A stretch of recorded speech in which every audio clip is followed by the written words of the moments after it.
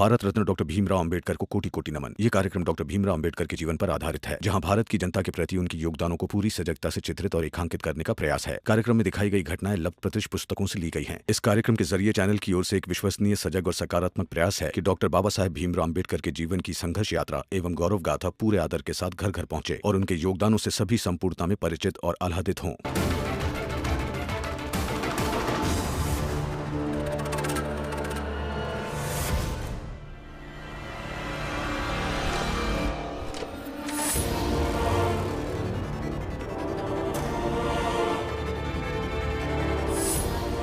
इधर है साहब।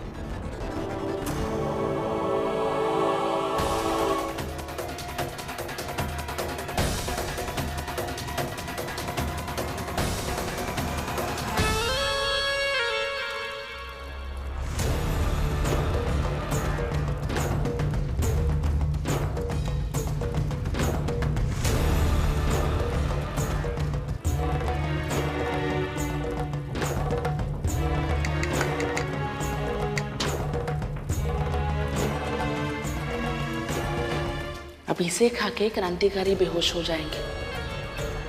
जब तुम्हारे बाबा यही खाकर बेहोश हुए हैं तो क्रांतिकारी भी ये खाकर बेहोश हो ही जाएंगे और पुलिस उन्हें सुबह पकड़कर निकालेगी।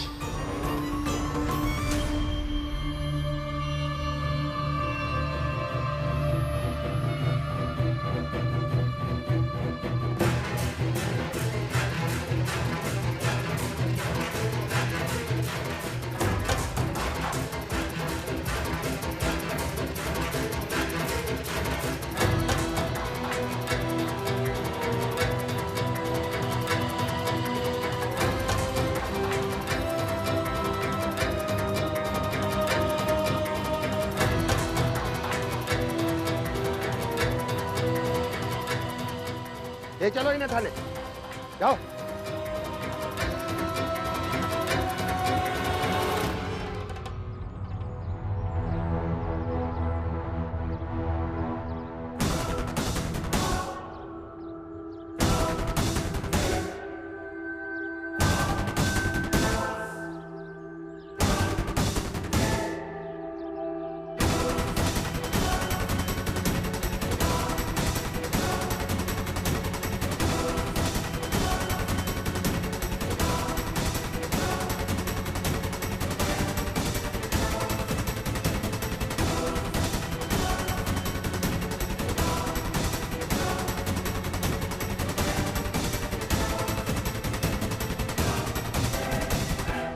ये किसकी जगह है जहां से क्रांतिकारी निकले हैं?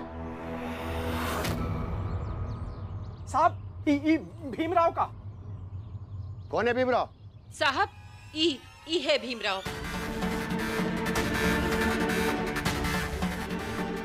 मगर साहब, भीम का इनसे कोई लेना देना हो ही नहीं सकता है।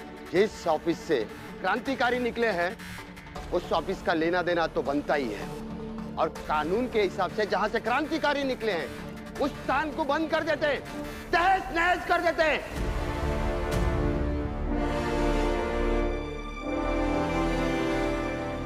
चलिए आज से इस ऑफिस को बंद कर देते हैं। जहां से अखबार छप रहे थे आप नहीं छपेंगे।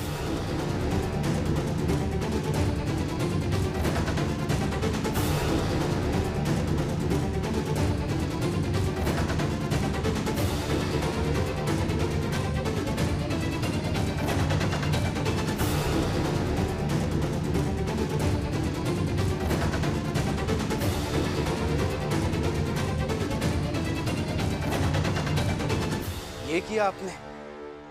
हाँ?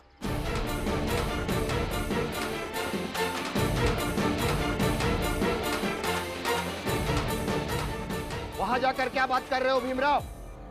हमसे बात करो और स्वीकार करो कि क्रांतिकारियों को जगह तुमने दी।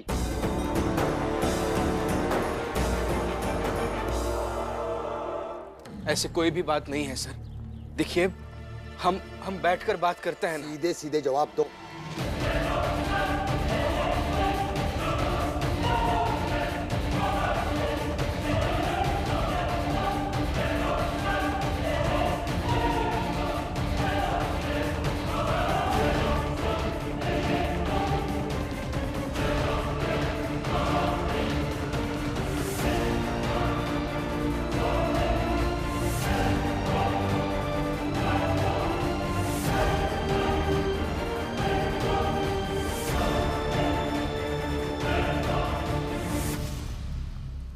देखिए सर, सीधा सीधा जवाब यही है कि वो लोग शरण मांगने नहीं आए थे। मैंने उन्हें शरण नहीं दिया था, लेकिन अगर वो मेरे पास शरण के लिए आते भी तब भी मैं उन्हें मना नहीं करता, फिर चाहे आप जो सजा दें। फिर गोली ना मार दे तुम्हें? मार दीजिए साहब।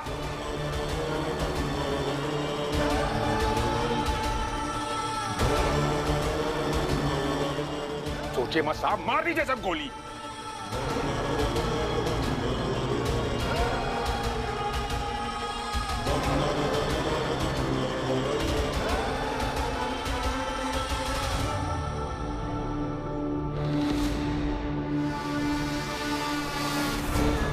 मार दो गोली, किस्सा समाप्त।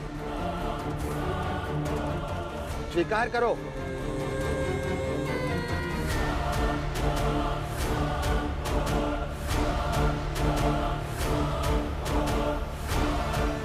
अरे कप्तान साहब, ये कभी स्वीकार नहीं करेगा।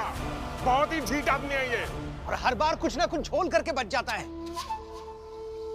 5 गिनती गिनता हूं, फिर गोली मार दूंगा।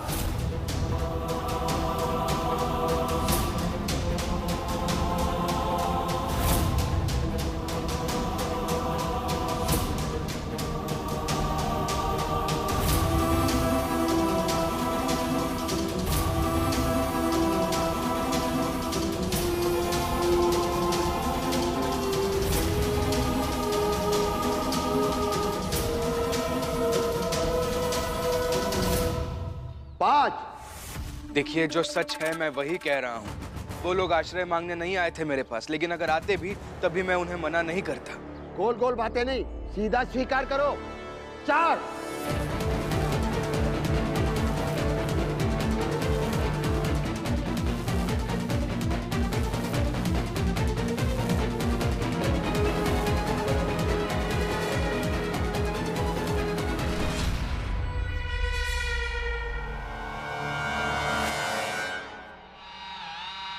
मैंने जो कहा वही सच है।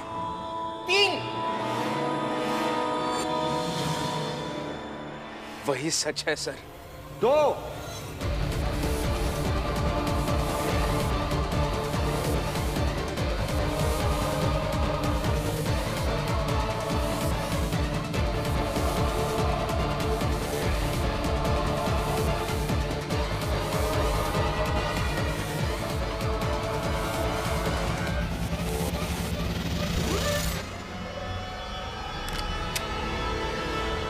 एक।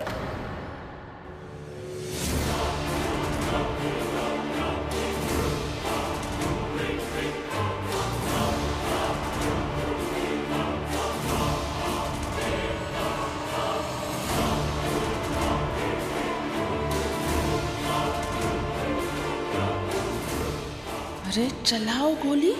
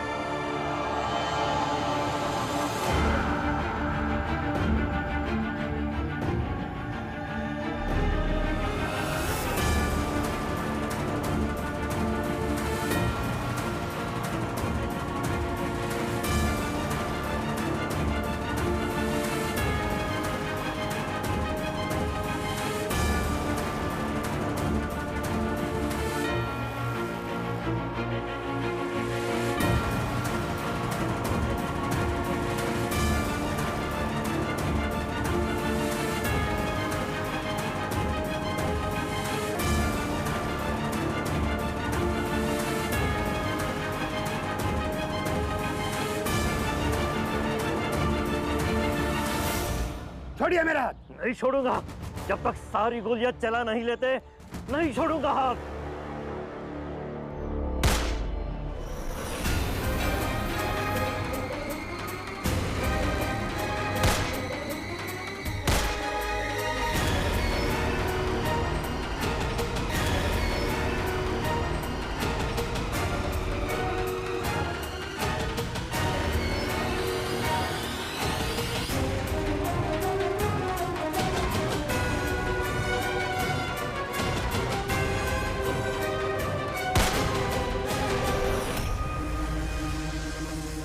इस अखबार का मालिक मैं हूं, ये ऑफिस मैंने खोल के रखा है, तो आप इस नौकर से क्या पूछ रहे हो? और ये क्या जवाब देगा? जो पूछना है मुझसे पूछिए, मैं जवाब दूंगा।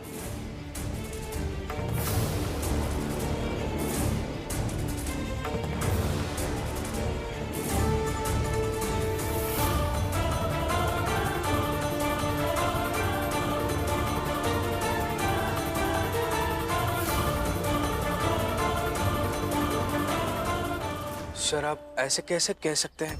तुम चुप रहो, तुम नौकर हो।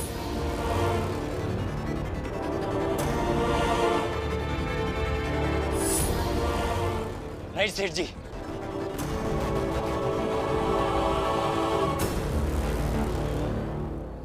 हम ऐसी मुश्किल परिस्थिति में आपका साथ नहीं छोड़ सकते। ये चाहे जो करे, हम सब साथ हैं। ये सब मेरे नौकर है, जो पूछना है मुझसे पूछिए। अरे कप्तान साहब, सरासर झूठ बोल रहा है ये सेठ। ये सारा किया धरा इस भीमराव का है। ये कागज देखिए, देखिए कागज, मालूम पड़ेगा कि मालिक कौन है।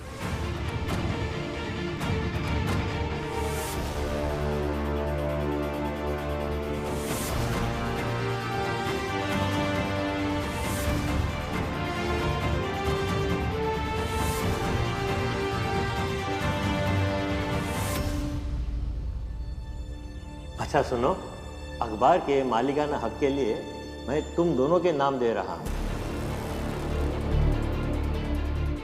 नहीं नहीं सर, आप अपना नाम दीजिए, हम दोनों सहायक रहेंगे। नहीं, तुम दोनों भी मालिक रहोगे।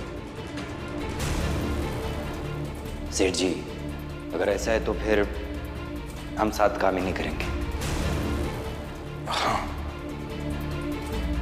ठीक है, मैं अपना ही नाम मालिकाना हक पर डलवाता हूँ, मगर तुम दोनों भी मेरे लिए कभी भी मालिक की तरह ही रहोगे।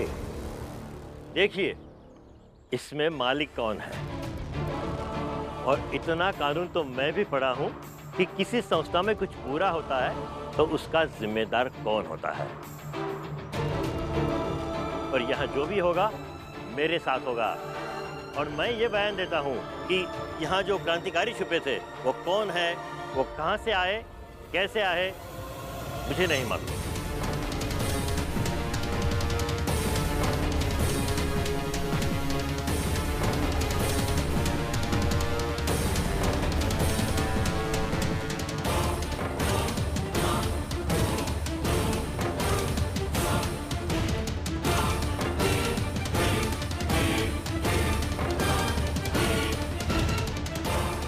मगर सर आप।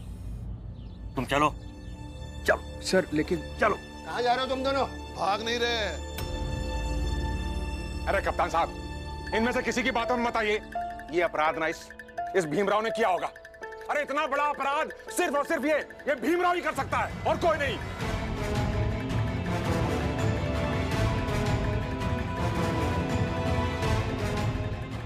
नहीं साहब, हमारे भीम भैया के खिलाफ हमेशा रहते हैं ये सब अपराधी बनाने में लगे रहते हैं, जबकि हमारे लिए हमारे भीम भैया हमारी हिम्मत है, और हमारा भविष्य सुनहरा बनाने वाला शिल्पकार है भीमराव हमारे लिए।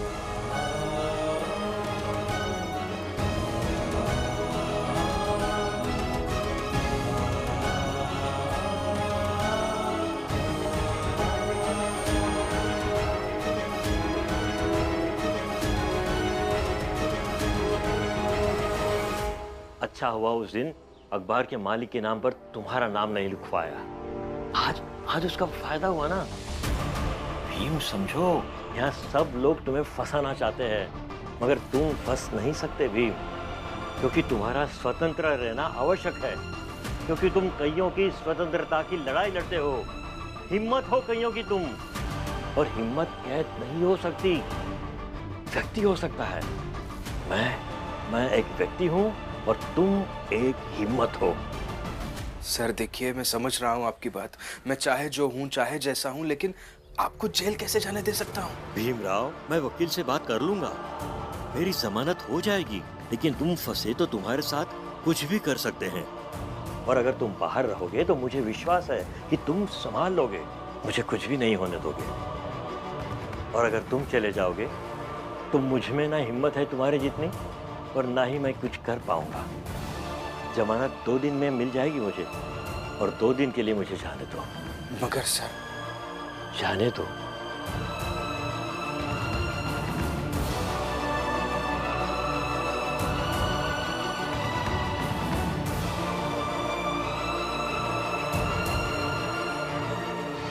साहब जी, भीम ही गुनहगार है, ले जाइए उसे। गुनहगार तो तुम हो।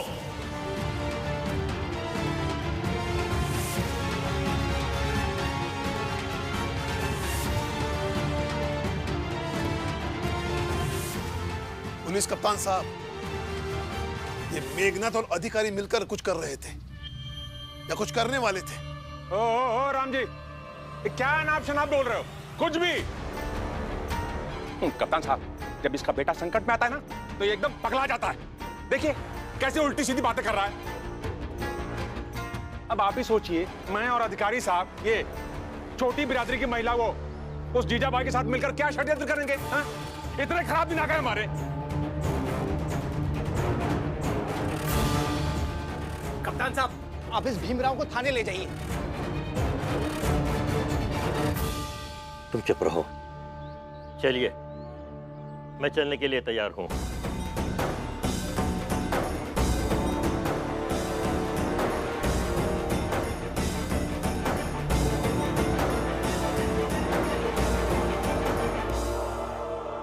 और कानून के हिसाब से भीम और शिशुपाल की कोई गलती है ही नहीं। ये ऑफिस मेरा है और मैं जिम्मेदारी लेने को तैयार हूं।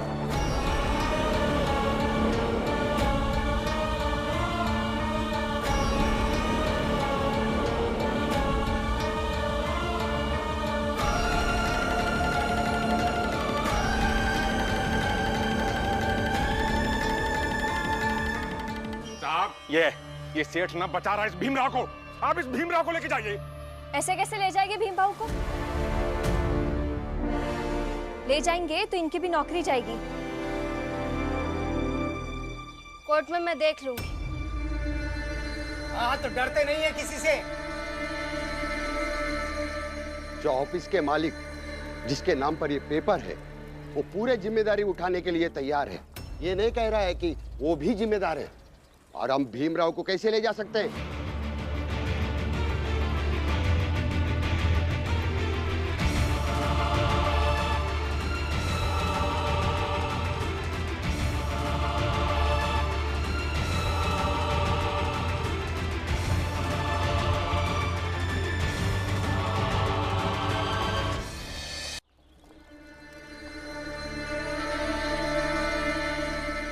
चलने से पहले और कुछ काम निपटा देते हैं। चलाइए सारे अखबार को।